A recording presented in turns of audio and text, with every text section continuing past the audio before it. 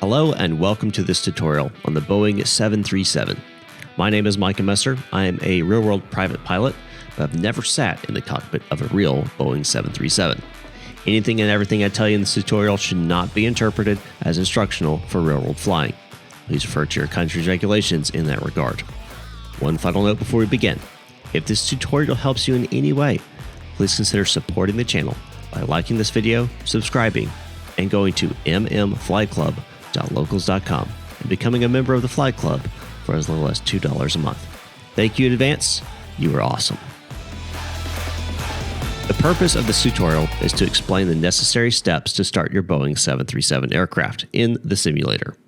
I'll be using the PMDG 737-700 for this example. However, this tutorial applies to the -600, -700, -800, and -900 variants. It does not apply to the 737 MAX. Whether you are in P3D, X-Plane, or Microsoft Flight Simulator, the startup procedures are almost the same. If you have a specific question, please let me know in the comments down below. This tutorial does not go into great detail for each system, all the preliminary steps or the tests a real-world pilot would do. This tutorial is basic to get you flying.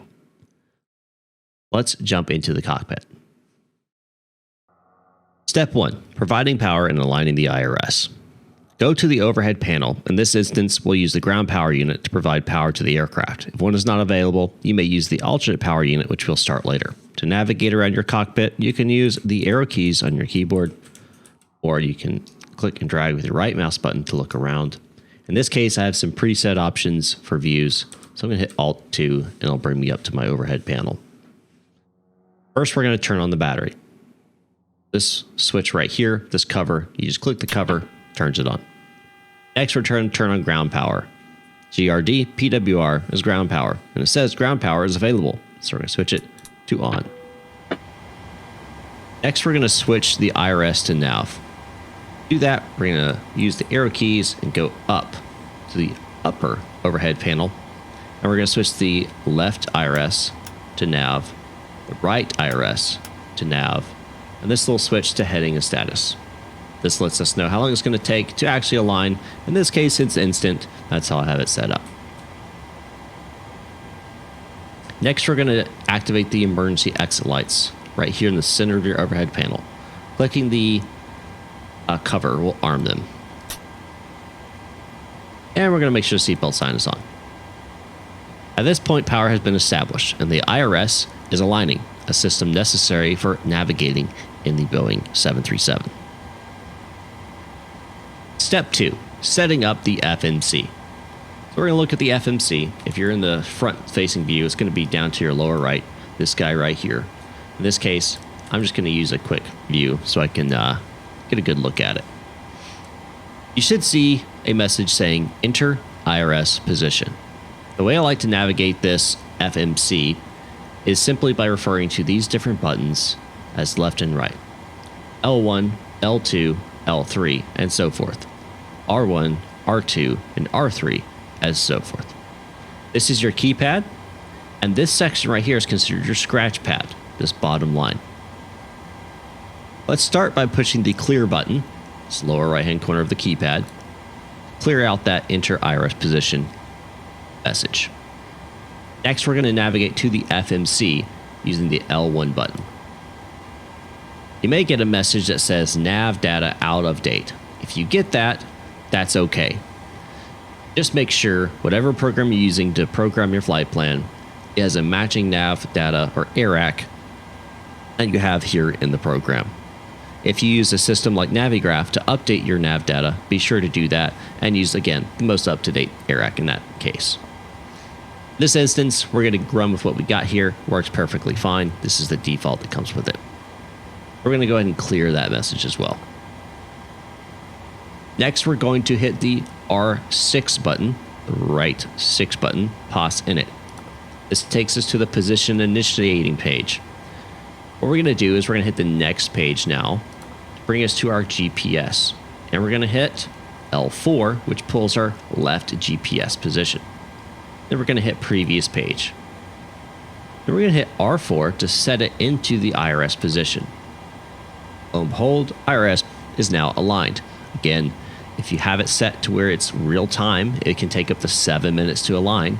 In this case, in the PMDG, I have it set up to instantly align, so that's why it's aligned now. It may take, again, up to 7 minutes before your displays come to life.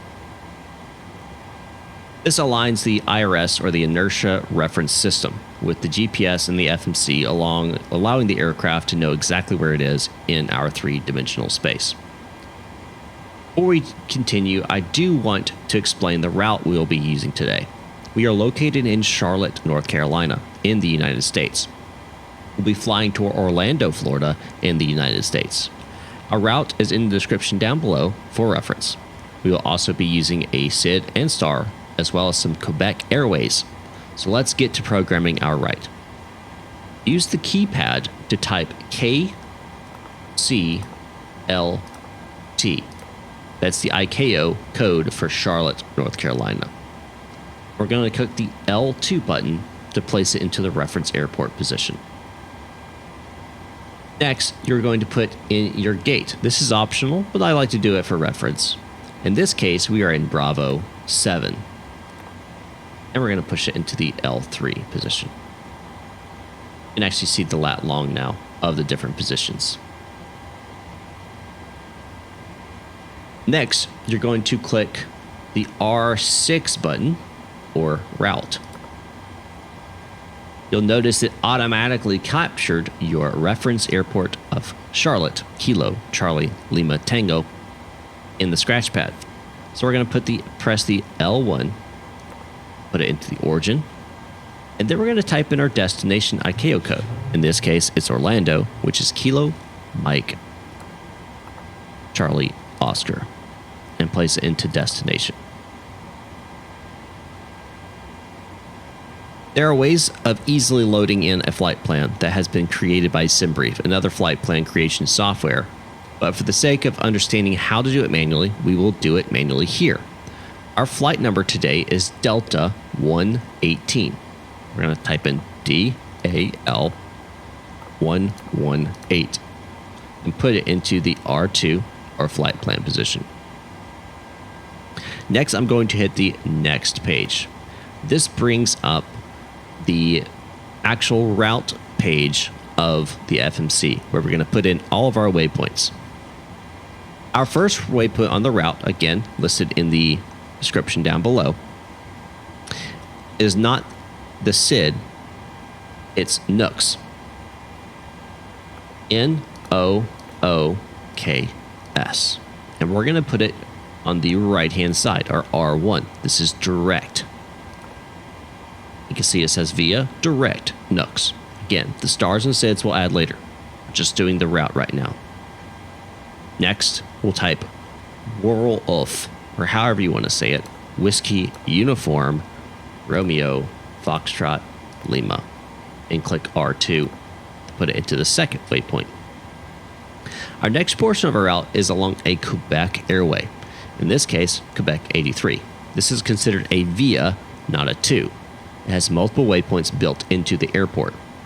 So to enter the Quebec 83, simply type Q83 and push it into the via side, or L3. Notice it says then blank. This is the exit waypoint. Think of it like a exit ramp on a highway. It's just like that. This is an airway, which is a highway in the sky.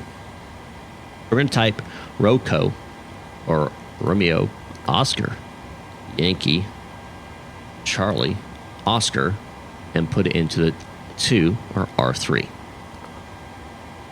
Next, we have another airway. In this case, Quebec 85. So Quebec 85, and put it into the 4th position, or L4. Just like last time, we have to put the exit waypoint. In this case, it's LPERD. Or I think it may be leopard is what they're trying to say, but we'll just say LPERD. Lima, Papa, Echo, Romeo, Delta, and place it into the R4 position. This completes the route section of our plan. You may be thinking, I still have waypoints on the plan. And in a way, you are correct, but this is considered the SID, or Standard Instrument Departure Route, and STAR, or Standard Terminal Arrival Procedures, section of the flight plan, and goes into another section of the FMS. Let's go ahead and tackle this. Click the DEP-R, or Departure and Arrival button. Next, we're going to click L1, or Departure. Here we can see the runways and the SIDs for Charlotte. We're given the icons for departure, and in order to find it, we have to click the next page. I will see in the L1's position icons for. We'll click L1 to select that SID. Now we need to select a runway. SimBrief gives you a runway, and it's usually correct, but always double check with the local ATIS to see if it's indeed the active runway, especially on VADSIM. In this case, we were given 36 Charlie. So we're going to go next page and select R1. You'll see a new row appear with a trans waypoint. This is a transition waypoint on our SID. In this case, it is and was the first waypoint we inputted into the route page. So we're going to click L2 to select that transition waypoint. Now we need to input your STAR. Click the DEP-R, or Departure Arrival button again, and select R2 this time, or Orlando Arrival. We were given the GTOT1 arrival, so let's find that. We're going to hit the next page. Oh, there it is, GTOT1 arrival, but there's two of them. In this page, you may see more than one star with the name GTOT1, and that is okay. What that is doing is separating the runways in the star. If you don't see that, that is also okay. It is the difference between PMDG and, say, ZPO. There's just some differences you'll find in the FMC. In this case, we were given runway 17 left for our arrival, or our runway in Orlando. So in this case, we'll select the GTOT1.17 Bravo, which is runway 17. Next, we will want to select our transition waypoint, or LPERD, or LPERD. Next, we want to select our approach. In this case, we're going to use ILS. You could be given an RNAV or an RMP approach, but in most cases, it'll be an ILS or a visual approach. For now, we will program in the ILS for 17 left. Click R1. You will see more transition points appear. These are initial approach fixes. Let's look at the chart real fast to see what we mean. In most cases, we can expect to be vectored for the ILS, but we like to program the point that makes sense. Let's pull up the chart. As you can see in this example, the Banya makes sense for us because of the direction and angle we're coming from. We're coming from the northeast. So we'll go ahead and select Banya as our transition point. Congratulations, we've programmed in our route. Now we need to check for discontinuities and activate it. We're going to click the legs page. And now we're going to do what they call stepping through the plan to make sure it is correct. I'm going to hit next, next, next, next, next, until we see the runway 17 left. And then this is the missed approach procedure. And next, and there's nothing left. We'll just hit next to get back to our first page. We did not see any discontinuities. If you do see discontinuities, simply clear it out by selecting the next waypoint on the list and bringing it up to whatever point. In this case, we're not going to do that because there were none. So we're going to go ahead and activate this flight plan. Now, again, I referenced in the beginning, this is not designed for real-world operations, but just to get you programmed up and into the sky. Real-world operations, you would not execute this page until later. However, we're going to go ahead and execute it. Now we need to put in our weight and balance and a few other items for the aircraft to know how to fly itself. At this point, we also need to realize each simulator is different in how it does weight and balance. If you're using the ZBO, you would enter the weight and balance of the aircraft in the tablet. Here in the PMDG, we'll use the FS Actions area of the FMC to do it. I'm going to use the second FMC here. We're going to select FS Actions. Next, I'm going to select my fuel. In this case, the fuel is going to be 15.2 or 15,200 pounds of fuel. So 15,200 and put it into the total fuel. We're going to return and then go to payload. We're going to match this the best we can to make sure our gross weight matches our flight plan. So right now we are a little over our gross weight of an anticipated 130,100 pounds. So 131 or 130.1. So what I'm going to do is reduce our cargo. Get it closer. That looks like it's going to be a little much, so we're going to boost that back up. Again, I'm just playing around with these numbers until they get close to or match the real world or the flight plan numbers. I do want to try to keep it as balanced as possible to make sure I'm not out of CG or center of gravity. So it looks like we're a little low, so we're going to increase this just a little bit to match. There it is, 130.1. And we'll go ahead and return. So once you've adjusted these numbers until it matches the sim brief numbers, another note here, if you are in a dash 600, dash 800, or dash 900, your numbers will differ for rate and balance and performance, and that is okay. Now we'll move into setting our weight and balance in the FMS itself. We are going to click the Init Ref button. It's going to bring us to our performance initialization page. We could look at our flight plan and manually put in all of these numbers, and some of them we will, but for the sake of ease, simply click R5 or Performance Initialization Request. If you're in the Zibo in X-Plane, you'll need to click L1 to automatically pull your numbers into the FMS after you have loaded the plane. Here in the PMDG, we have to request it and then load it. We'll wait a moment until it's ready. It'll let us know. We have a message, and here it is. Performance Initial Uplink. Performance Initial Uplink is ready. And we'll click the load button. Now we see that our gross weight, our altitude, our fuel, our zero fuel weight, our cost index, all of these things have been loaded. Now we'll want to verify these numbers and make sure they're correct. Pull up my flight plan. I'm going to check, is my flight level 380? It is 380. Is my zero fuel weight somewhere around 114.9? Yeah, it's really close to that, about 400 pounds difference. Make sure my fuel on board matches 15.4. It's a little higher than what I have, which is 15.2. That's interesting. Cost index 18. Mine's 14. So I'm going to put in 14. Well, I'm sorry. First, I'm going to execute this. And I'm going to change this to 14. If I had to change my altitude, now would be the time to do that. 380. I'm going to ignore that message for now.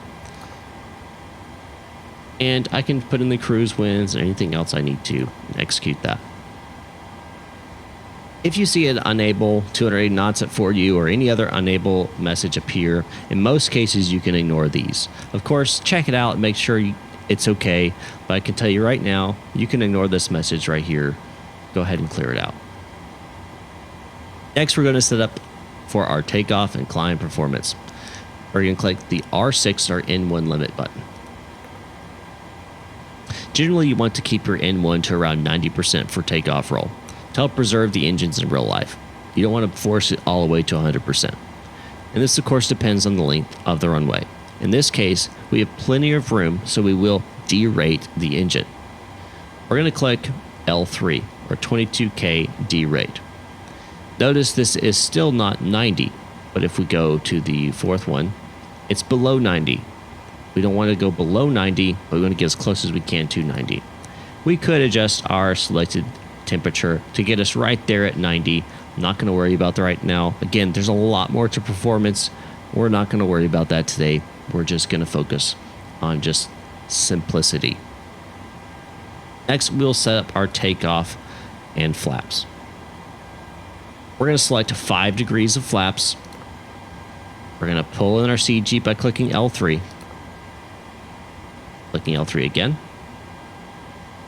And then we are going to bring in our QRH, our reference speeds. Simply click R1, R2, and R3 to bring in those. The 5 degrees of flaps, the CG, the trim, the speeds, all this is calculated. I usually use 5 degrees of flaps on takeoff. This can vary depending on the runway length, performance, all these different types of conditions. In most cases, 5 degrees of flaps is going to do just fine. And we are done with the FMC for now. Next, we'll move on to our before engine start. Step 3, before engine start. Next, we need to set up a few things on the MCP or mode control panel. This is this panel right here. We're going to set our cruising altitude, our V2 speed, our course, and heading. If you remember, our altitude that was given was 38,000 feet. So we're going to go ahead and select 38,000 on the MCP altitude selector.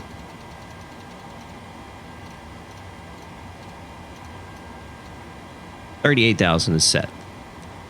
Heading for the runway in 36 center in Charlotte is 003. So we're going to set our heading bug to 003. That's set. The course on the SID is the first direction after takeoff, and it is 025 in this case. Make sure to set both the pilot and autopilot sides. This is more reference than it is anything in today's flying world. Lastly, we need to set the IAS or Mach to our V2 speed. And if you recall from the FMC, it's 134. If your FMC gives you something slightly different, that's okay.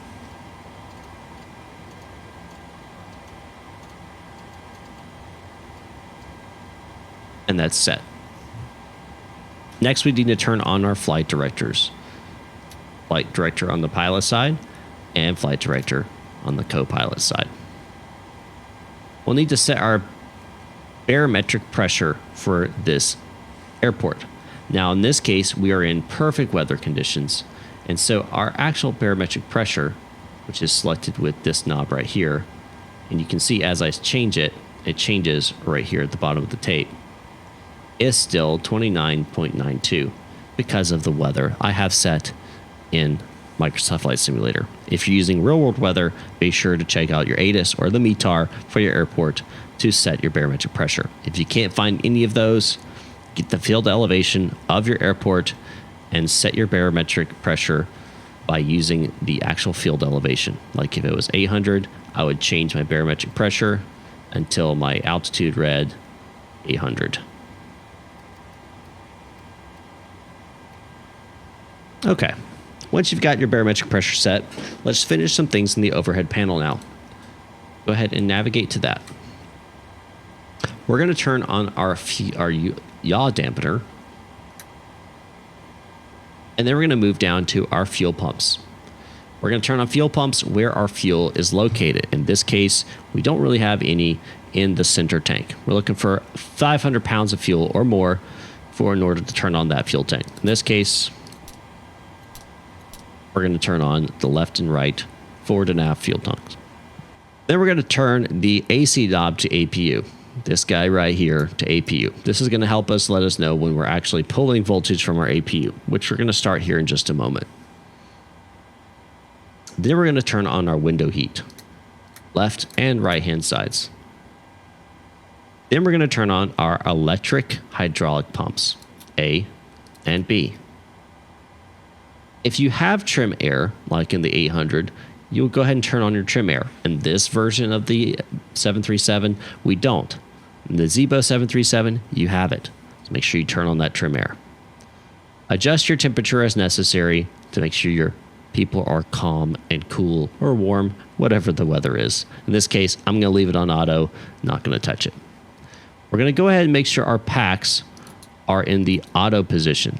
Sometimes they'll be in the off position by default. Make sure they're in the auto position. Next, we're going to set our flight altitude to 38,000 feet. This is for pressurization. If you forget to do this, you might pass out on your climb. Ask me how I know. Next, you want to set your landing field elevation. In this case, we are almost at sea level. We'll select 50. Then we'll change our position light to steady. This lets all the ground crew know that you're about to start your APU. And then we're going to go to our display here, and we're going to turn on airport, which turns on airport's references on our nav page, or ND, navigational display. And then we're going to reset our fuel flow. Click and release. And that lets us know it's resetting that, and then lets us know how much we've actually used. Okay. At this point, make sure you've closed all of your doors. In the PMDG, that is done in the FS Actions menu in the FMC. In the ZBO, it'll be on your tablet. So we're going to go Doors. We're going to close this door. Next page, close both of these doors. Again, this is just getting you up into the sky. If you're wanting to do all the things like with GSX or other ground handling systems, this isn't covering that. But make sure you've done all that before you close your doors if you are doing that. Next, we're going to go back to our overhead panel. We're going to start our APU, or the auxiliary power unit. We're going to click and hold this APU button to start for 3 seconds. Here in the PMDG, they make you automatically release it. In the ZBO, you make sure you hold it for at least 3 seconds. So press, hold, release.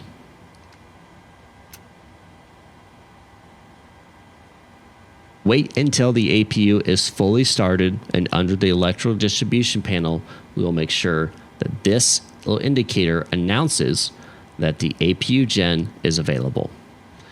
This is the EGT, or the exhaust gas temperatures of the APU, and we can see as it rises in temperature during the start process.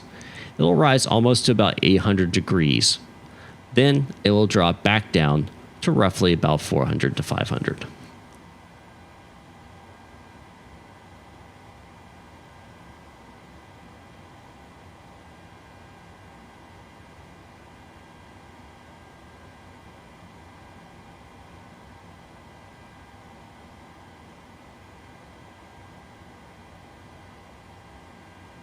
Next, you'll see the gen off bus has eliminated, and you've also gotten the ability to see AC volts 115 available. And the CPS frequency, don't worry about that. But you see that we do have voltage available through the APU. So we're going to go ahead and turn on the APU gen for both the left and right buses.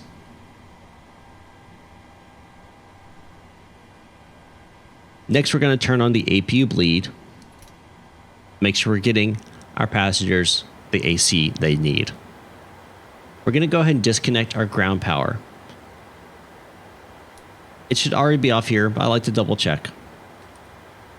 And then we're going to look into however you would do it. In this case, we'll look for it here in the FS Actions under Ground Services. We'll go ahead and release the GPU. Next, we will remove our chocks. If you're in the ZBO, you'll do it in the tablet. Here in the PMDG, we'll do it in the FS Actions, as mentioned earlier. In this case, I want to say, it's under Ground Services.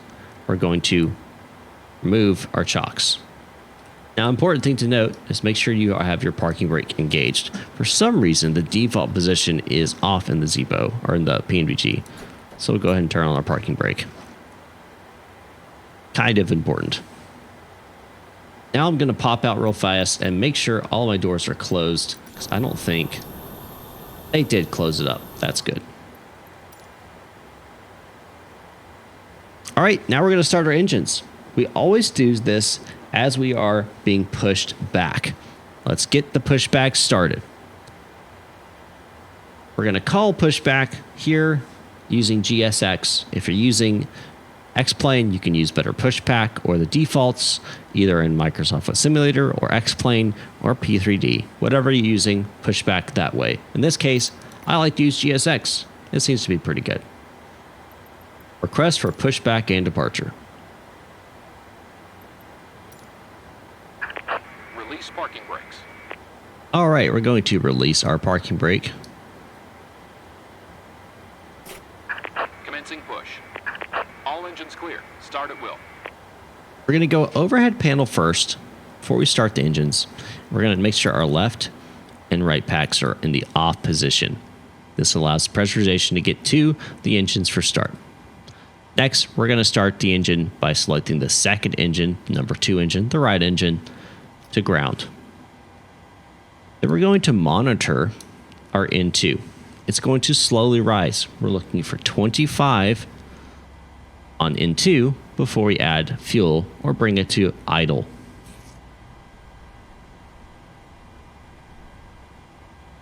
Three, 24, 5.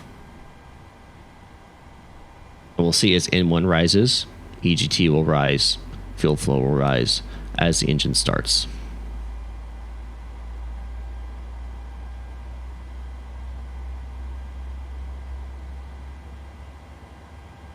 We're waiting for N2 to reach 60% and a good engine start.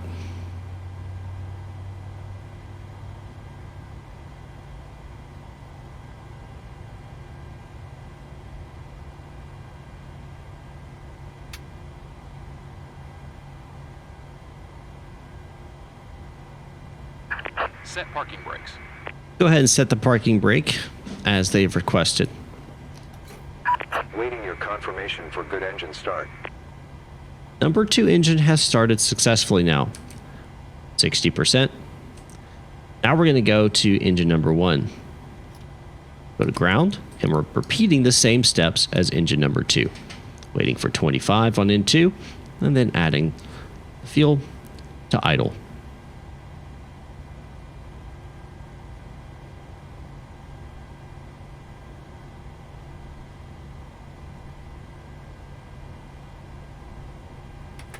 Idle.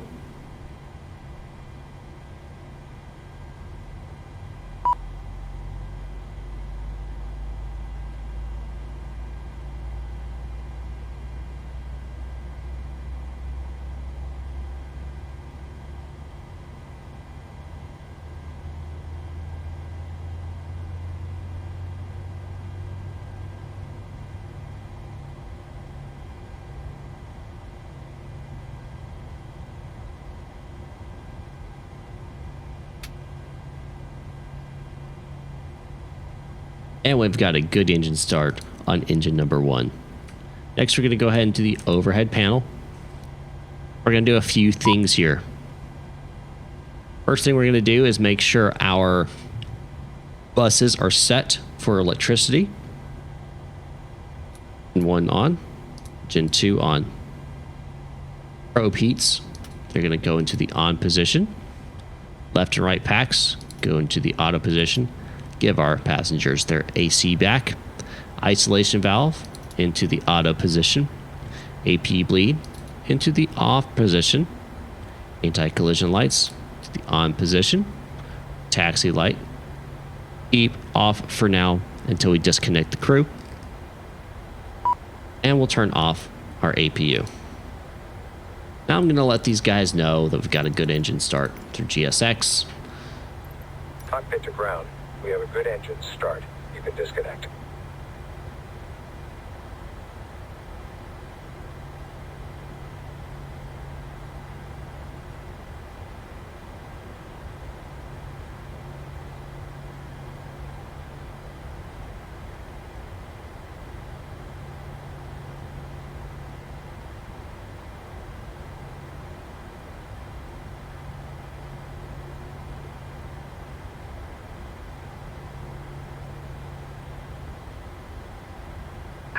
Unlocking gear.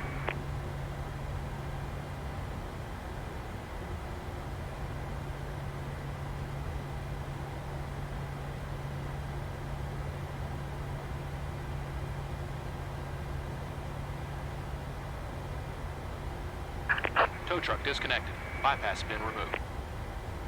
Okay, they have been disconnected. Left is clear. Right is clear. And we are going to, at this point, go ahead and turn on taxi, turn off lights. We're also going to switch our auto brakes to RTO. We're going to set our flaps to our takeoff flaps. In this case, it was 5. And there's a couple ways you can do that. You can either manually set the flaps here, or I have a binding on my throttle quadrant that helps me do it there. Next, we'll hit the system button on the MFD. Allows us to see the actual different flight controls and check and make sure our elevator's full. Flexion there. Ailerons, flight spoilers also, and also our rudder. Full left, right, and full right. It's good there. After we've checked that, we can go ahead and deselect systems. We'll select engine until it appears here, and then once more. It blanks out this display, so if something goes wrong, this display turns on and lets you know, hey, something's wrong. It's a good indicator to make sure you're not missing something. At this point, you're ready to taxi and get out there. This is the end of part 1 of this tutorial series. This is your cold and dark startup. I hope you've enjoyed it. Don't forget to like, subscribe, comment down below if you have any questions. Be sure to head on over to mmflightclub.locals.com if this was helpful, and give me a tip over there. Join the flight club, $2 a month. Thanks again for watching, guys, and I'll see you in the next part, which will do the before takeoff, climb, and cruise. Thanks for watching. See you next time up in the sky.